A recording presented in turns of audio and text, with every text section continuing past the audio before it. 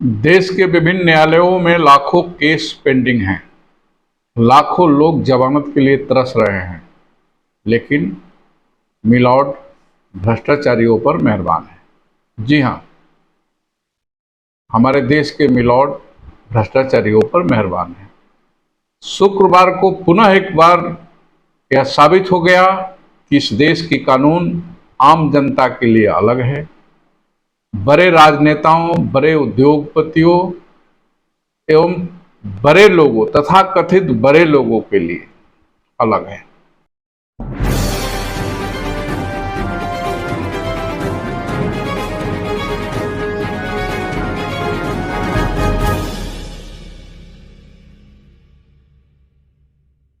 नमस्कार, मैं हूं नवीन सिंह परमार और आप देखना शुरू कर चुके हैं परमार मीडिया का YouTube channel the Siwan dialogue पर हमारा नियमित चलने वाला कार्यक्रम परमार की बात।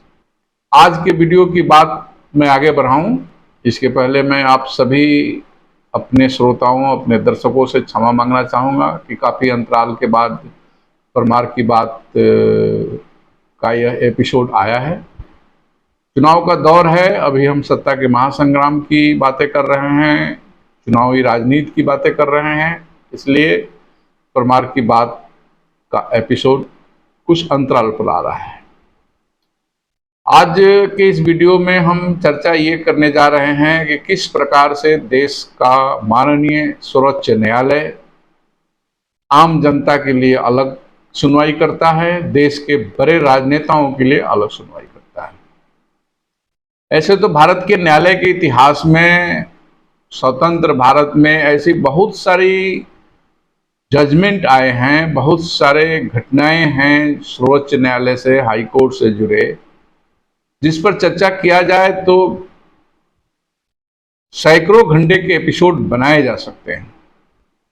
उनकी कारगुजारियों पर चर्चा की जाए तो देश भूला नहीं है। एक आतंकवादी की फांसी को रोकवाने के लिए देर रात को न्यायालय खुला। देश आज भी यह नहीं भूला है कि किस प्रकार से बड़े अपराधी, बड़े भ्रष्टाचारी को तुरंत बेल मिल जाता है और आम नागरिक, आम लोग वर्षों वर्षों तक बेल के लिए तरसते हैं। देश सब चीज याद रखे हुए है, लेकिन आप न्यायालय हैं, आप माननीय हैं, आप पर अंगुली उठाना व्यवस्था के खिलाफ हो जाता है, संविधान के खिलाफ हो जाता है, इसलिए आम लोग चुप रहते हैं। लेकिन अब समय बदल रहे हैं, जब देश की कार्यपालिका पर, देश के संसद पर, देश की सरकार पर, मीडिया पर प्रश्न उठाए जा सकते हैं, उनके कार्यकलापों की समीक्षा की जा सकती है, तो फिर न्यायालय के कार्यकलापों पर प्रश्न क्यों नहीं उठाए जाएंगे, उन पर समीक्षा क्यों नहीं की जाएगी। शुक्रवार को सर्वोच्च न्यायालय ने शराब घोटाले के अभियुक्त दिल्ली के मुख्यमंत्री अरविंद केजरीवाल को चुनाव प्रचार करने के लिए जमानत दे दी। जी हां, अभी तक हम सुनते आए थे कि बेटा और बेटी की शादी के लिए जमानत मिल जाता है, घर में किसी बड़े बुजुर्ग की मौत हो जाती है तो उनके अंतिम संस्कार में भाग लेने के लिए जमानत मिल जाता है, कोई बहुत बड़ी बीमारी हो जाती है तो उसके इलाज के लिए जमानत मिल जाता है। लेकिन भारत के माननीय सर्वोच्च न्यायालय ने आज एक नया इतिहास रच डाला और चुनाव प्रचार करने के लिए अरविंद केजरीवाल को जमानत दे दिया। गजब विडंबना है। जेल में जो बंद है उसको मतदान करने के लिए जमानत नहीं मिलती है, लेकिन जेल में बंद एक भ्रष्टाचारी, एक मुख्यमंत्री है, उसकी जमानत इसलिए सर्वोच्च न्यायालय ने दे दी, उसको चुनाव प्रचार करना है। एक नई परंपरा की शुरुआत हो गई इस देश में। इसके पहले ऐसे दर्जनों केस हैं जो लोग जेल के अंदर थे, चुनाव लड़े हैं, उनको नॉमिनेशन करने के लिए केवल एक दिन का छूट मिलता है। वह जेल के बाहर आकर नॉमिनेशन करके चले जाते हैं। पूरा जेल के अंदर रह के उनको चुनाव लड़ना पड़ता है। उनका स्वयं का अपना जब चुनाव होता है तो उनको जेल के अंदर रह करके इस देश के न्यायालयों ने उन्हें जमानत नहीं दी और उनको जेल के अंदर रह करके चुनाव लड़ना पड़ा है। ऐसे दर्जनों उदाहरण है, सैकड़ों उदाहरण है। लेकिन अरविंद केजरीवाल जैसे भ्रष्टाचारी को, जिसके ऊपर भ्रष्टाचार के आरोप लगे हैं और उनको बेल इसलिए नहीं मिल रहा है क्योंकि न्यायालय को यह लग रहा है कि यह व्यक्ति बाहर जाएगा तो केस डिस्टर्ब हो सकता है, केस के साथ छेड़खानी कर सकता है। यह व्यक्ति बार बार वो बेल मांग रहा है तो उसको बेल नहीं मिल रहा है, नियमित बेल नहीं दी जा रही है। लेकिन वो व्यक्ति जब चुनाव प्रचार करने के लिए जमानत मांगता है तो उसको बेल मिल जाती है। अब तो एक अच्छी रास्ता न्यायालय ने दिखा दिया है। अब सब राजनेता जिन पर भ्रष्टाचार के आरोप हैं, अपराध के आरोप हैं, वो जेल में बंद हैं। अब वो कहेंगे कि भाई उनके लोग चुनाव लड़ रहे हैं, भाई उनको भी चुनाव प्रचार करने के लिए बेल मिलनी चाहिए।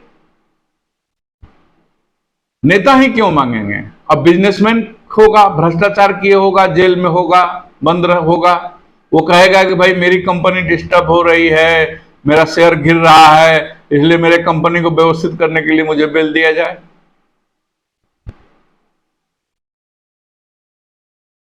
बड़े बड़े अपराधी हैं, जेल में बंद हैं, वो कहेंगे कि भाई मेरा अपराध का नेटवर्क डिस्टर्ब हो गया है, वसूली कम हो रही है, नए नए हमको टेंडर नहीं मिल रहे हैं, हम किडनैपिंग नहीं कर पा रहे हैं, इसलिए हमको बेल दे दिया जाए।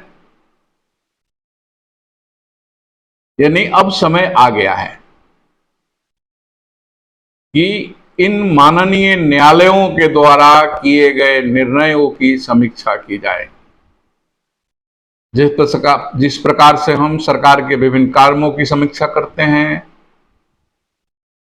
आम लोग अब मीडिया के कार्यकलापों की समीक्षा कर रहे हैं, पुलिस की कार्रवाई की समीक्षा होती है, ईडी की कार्रवाई की समीक्षा होती है, इनकम टैक्स की कार्रवाई की समीक्षा होती है, सीबीआई की कार्रवाई की समीक्षा इस देश में हो रही है। तो अब न्यायालयों के भी द्वारा किए गए फैसलों की समीक्षा होनी चाहिए कि ये फैसला संविधान सम्मत है कि नहीं है। मेरी बातें कड़वी हो सकती है, हो सकता है कि कुछ लोग इसको न्यायालय की अवमानना माने, लेकिन अब समय आ गया है। ये न्यायालय अपने उलूल जुलूल फैसले से ऐसी परिस्थितियां उत्पन्न कर रहे हैं कि इन पर अब उंगली उठाना, इन पर प्रश्न पूछना लाजमी हो गया है। अगर आज हम प्रश्न नहीं पूछेंगे तो आने वाली पीढ़ी हमें माफ नहीं करेगी।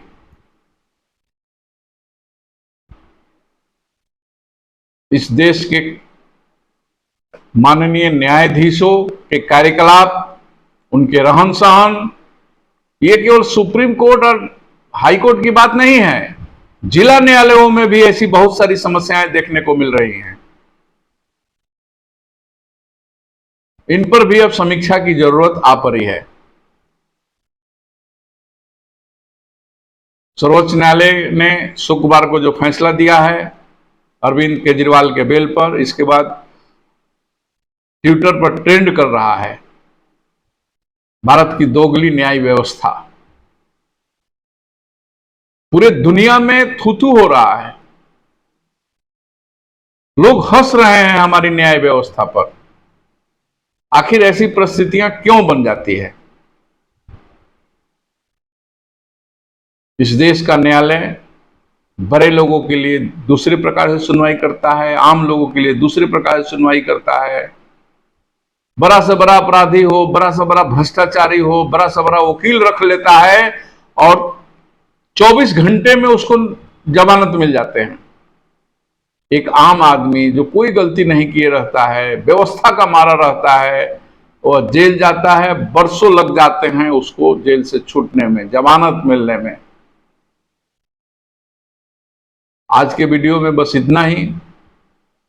भारत की न्याय व्यवस्था पर, न्याय व्यवस्था के कार्यकलापों पर समीक्षा का समय आ गया है। आने वाली सरकार, जिसकी भी सरकार बने, आने वाली सरकार से हम ये अपेक्षा रखते हैं कि माननीय न्यायालय, माननीय न्यायाधीशों के कार्यकलापों पर भी समीक्षा की जाए। उनके अच्छे और गलत कार्यों की समीक्षा हो। अगर वो गलत कर रहे हैं तो उसके खिलाफ कार्रवाई किया जाए।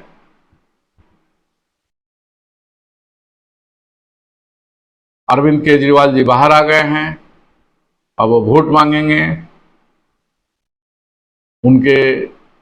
वो मोदी के खिलाफ बोलेंगे, मोदी के लोग उनके खिलाफ बोलेंगे। अब एक नया ड्रामा क्रिएट होगा, मीडिया में नए नए बातें सुनने को मिलेंगी। चुनाव अभी तक पूरी तरह से मनोरंजन प्रधान नहीं था। कांग्रेस के सैम पित्रोदा, मणिशंकर अय्यर और सदाबहार मनोरंजनकर्ता राहुल गांधी चुनाव को मनोरंजन प्रधान बनाने का प्रयास कर रहे थे, लेकिन थोड़ी सी कमी लग रही थी। अब अरविंद केजरीवाल जी के आने के बाद हो सकता है कि आने वाला जो शेष चुनाव है वो मनोरंजन प्रधान हो, नई नई मुद्दे आवें, नई नई बातें आवें। अरविंद केजरीवाल जी को जमानत मिलने पर आम आदमी पार्टी ने कहा है कि संविधान की जीत हुई है। अरविंद केजरीवाल जी को कोई राहत नहीं मिला है उनके केस में, केवल चुनाव प्रचार करने के लिए उनको बेल मिली है। लेकिन अब आम आदमी पार्टी का कहना है कि भाई संविधान की जीत हुई है, संविधान की रक्षा हो गई। अभी तक संविधान की हत्या हो रही थी। देखना ही दिलचस्प होगा कि अब चुनाव किस मोड़ पर जाएगा। अरविंद केजरीवाल जी के तर्कस से कौन कौन तीर निकलते हैं, भ्रष्टाचार के मुद्दे पर अरविंद केजरीवाल जी क्या बोलते हैं, और अरविंद केजरीवाल के खिलाफ में एनडीए का जो कुनबा है वह क्या क्या प्रहार करता है। इन सारी बातों पर हम अगले एपिसोड में चर्चा करेंगे जैसे जैसे परिदृश्य बदलेंगे।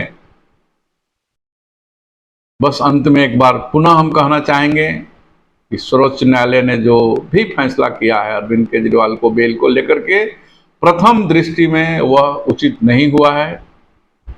और अब समय आ गया है कि माननीय न्यायालयों के फैसले पर, माननीय न्यायाधीशों के कार्यकलापों पर, उनके बयानों पर भी समीक्षा की जरूरत है। जब देश में सभी चीज़ों की समीक्षाएं हो रही हैं तो फिर न्यायालयों पर भी समीक्षा होनी चाहिए, उनके कार्यकलापों पर भी समीक्षा होनी चाहिए। परमार मीडिया का यह YouTube channel the Siwan dialogue अगर आपने सब्सक्राइब नहीं किया है तो एक बार आप सब्सक्राइब कर लें। हमारा यह वीडियो आपको कैसा लगा इस पर कमेंट करके जरूर बताएं। और आप किस विषय पर अपनी बात सुनना चाहते हैं, हमारी बात सुनना चाहते हैं, आप हमें कमेंट करें। इन्हीं शब्दों के साथ आज के इस वीडियो को हम यहीं विराम देते हैं। आप जहां भी रहिए, मस्त रहिए, स्वस्थ रहिए। जय सिया राम, जय भारत।